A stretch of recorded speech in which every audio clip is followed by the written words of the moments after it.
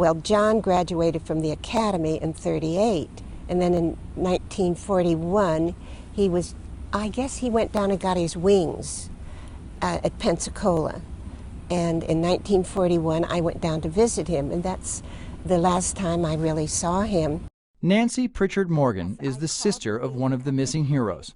Her older brother, Lieutenant John Pritchard, was a U.S. Coast Guard pilot, flying reconnaissance and rescue missions at the height of World War II. Nancy remembers a young man with a strong sense of duty.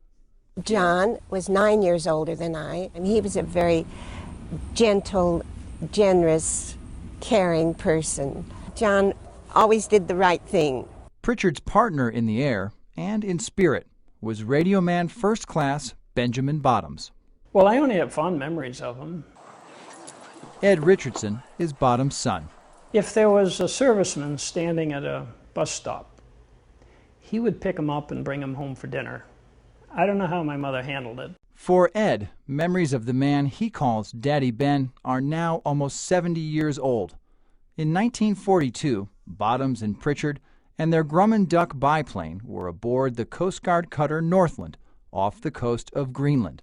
They were flying missions over the icy North Atlantic.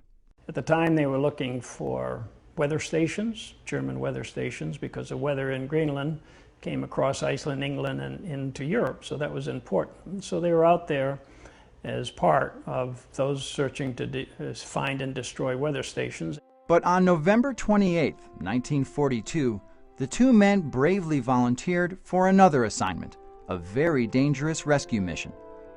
The crew of an Army B-17 was stranded on the ice cap in southeast Greenland, radioing for help about 40 miles from the cutter Northland. Pritchard and Bottoms set out from the Northland, located the B-17, and made a daring landing, the first time that a plane had ever landed safely on the ice cap. They then hiked more than a mile to the downed B-17, carried two injured crewmen back to their biplane, and then flew them back to the Northland. With a storm closing in, Pritchard and Bottoms had just enough time to pick up one more crew member, Army Corporal Loren Howarth. The weather was getting bad on the second day, but they wanted to get in there and see if they could get him off. So they did. And of course, they didn't make it. Losing his bearings in the storm, Pritchard radioed once for help and then disappeared, somewhere near Kogi Bay.